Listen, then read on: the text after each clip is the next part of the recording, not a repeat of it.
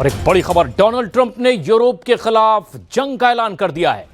Trump ने Greenland के मुद्दे पर डेनमार्क का साथ देने के लिए 25% तक टैरिफ लगाने का ऐलान किया। ट्रंप ने कहा कि 1 फरवरी से 10% टैरिफ लगाया जाएगा, जबकि 25% टैरिफ 1 जून से लागू हो जाएगा।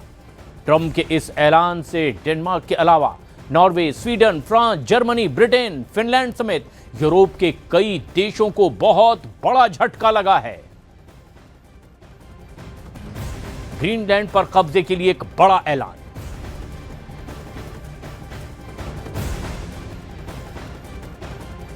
और ये एक बड़ा फैसला है ट्रंप का। दरअसल डोनाल्ड ट्रंप ने अब यूरोप के खिलाफ ही जंग का ऐलान किया है। ट्रंप ने ग्रीनलैंड के मुद्दे पर डेनमार्क का साथ देने वाले देशों पर 25% तक टैरिफ लगाने का ऐलान किया है।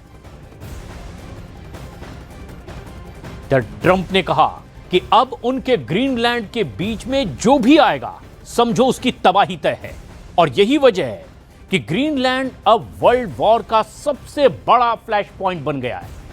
ट्रंप को टक्कर देने के लिए परमाणु बम वाले 2 देशों ने भी अब खुली चुनौती दे दी है।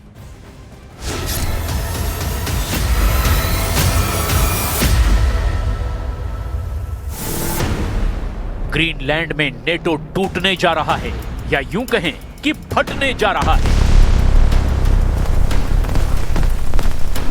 ग्रीनलैंड में नेटो पूरी तरह मिटने जा रहा है। ट्रंप का परमाणु कैरियर इसे रौंदने जा रहा है। ग्रीनलैंड में नेटो बिखरने जा रहा है। ट्रंप के बर्फीले तूफान से हमेशा के लिए दफन हो जाएगा नेटो। ग्रीनलैंड में ट्रंप और यूरोप का मोर्चा खुल चुका है। अमेरिका और यूरोप के इरादे बता रहे हैं कि बहुत बड़े युद्ध का खतरा मंडराने लगा है। ग्रीनलैंड में अमेरिका को रोकने के लिए यूरोप की फौज उतरने लगी है। एक नया फ्रंट तैयार हो रहा है। ट्रंप को चैलेंज करने के लिए जर्मनी, फ्रांस अब डेनमार्क का साथ देने को तैयार हो चुके हैं। ग्रीनलैंड को कंट्रोल करने वाले डेनमार्क ने अपने F-35 फाइटर जेट उड़ाने शुरू कर दिए हैं। ये ट्रंप को बताने की कोशिश है कि ग्रीनलैंड पर डकैतों वाली नजर रखने वालों की आंखें फोड़ दी जाएंगी। क्या ग्रीनलैंड पर होने जा रहा है नेटो और अमेरिका का युद्ध, जिसकी शुरुआत करेंगे डोनाल्ड ट्रंप? क्या ग्रीनलैंड बनेगा सबसे बड़ा वॉर जोन, जहां डोनाल्ड ट्रंप को टक्कर देंगे जर्मनी, फ्रांस और पूरा Europe? Well, we're going to see NATO has been dealing with us on Greenland. We need Greenland for national security very badly. If we don't have it, we have a big hole in national security, especially when it comes to what we're doing in terms of the Golden Dome and all of the other things. We have a lot of... यहाँ Arctic endurance NATO military exercise को युद्ध का एक बड़ा signal माना जा रहा है। अमेरिका एक बहुत बड़ी पावर है, ये पूरा यूरोप जानता है। लेकिन अब इस टक्कर में नेटो टूटता हुआ नजर आ रहा है और बड़े सवाल भी खड़े कर रहा है। क्या ग्रीनलैंड में होगा विश्व युद्ध, जिसमें टूट जाएगा नेटो? और इस युद्ध का लाल फीता काटने की शुरुआत डोनाल्ड ट्रंप ने कर दी है। क्या ग्रीनलैंड में पूरी तरह तबाह हो जाएगा नेटो, क्योंकि डोनाल्ड ट्रंप ने इस युद्ध की बुनियाद रख दी है? क्या ग्रीनलैंड में नेटो को खत्म करने के लिए अमेरिकी नौसेना इस बर्फीले द्वीप को रौंद डालेगी? We have got the strongest military in the world and it's only getting stronger.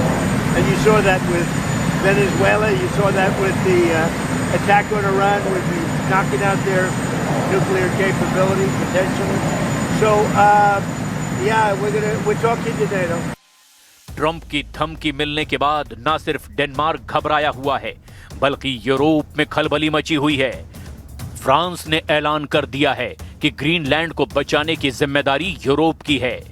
Macro ने कहा कि ग्रीनलैंड यूरोप का हिस्सा है और इसीलिए इसकी हिफाजत की जाएगी। Au Groenland, territoire autonome du royaume de Danemark, les Européens ont une responsabilité particulière. Car ce territoire appartient à l'Union européenne, car ce territoire est aussi celui d'un de nos alliés de l'OTAN. La France a décidé de se joindre à l'exercice qui a été programmé et lancé.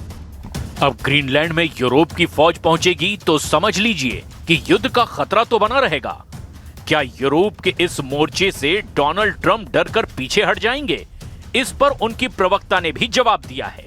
I don't think troops in Europe impact the president's decision-making process, nor does it impact his goal of the acquisition of Greenland at all.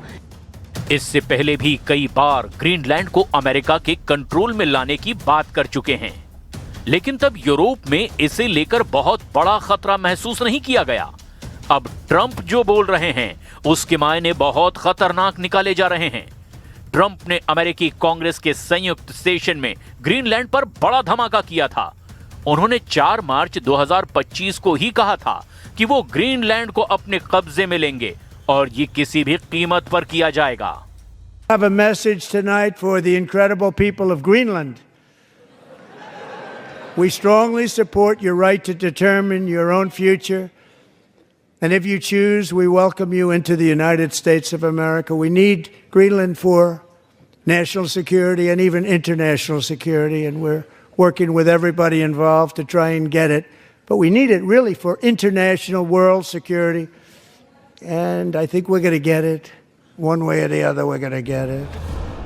Donald Trump क्यों Greenland पर कब्जा करना चाहते हैं, उसे भी बहुत गौर से समझिएगा, क्योंकि ट्रंप की इसी ख्वाहिश के पीछे बहुत बड़ी वजह है जो दुनिया को नहीं दिखाना चाहते। पहला है आर्कटिक इलाके से करीबी।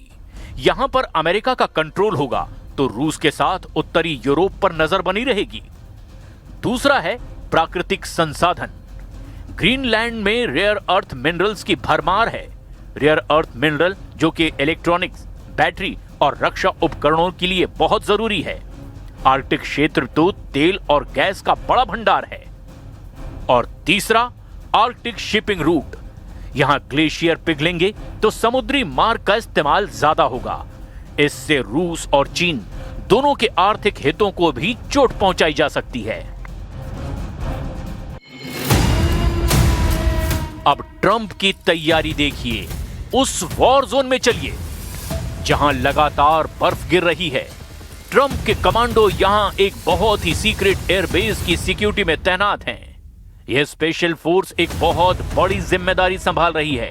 पैरामीटर खींच दिया गया है, कोई साजिश ना हो पाए इसके लिए बर्फबारी के बीच लगातार पेट्रोलिंग हो रही है। और यह है दुनिया का बहुत ही खतरनाक इलाका, जहां जून के महीने में भी तापमान माइनस में रहता है। डोनाल्ड ट्रंप यहीं लड़ना चाहते हैं बर्फीला युद्ध, और इसके लिए अमेरिका ने यहां तैनात करना शुरू कर दिया है सफेद बारूद।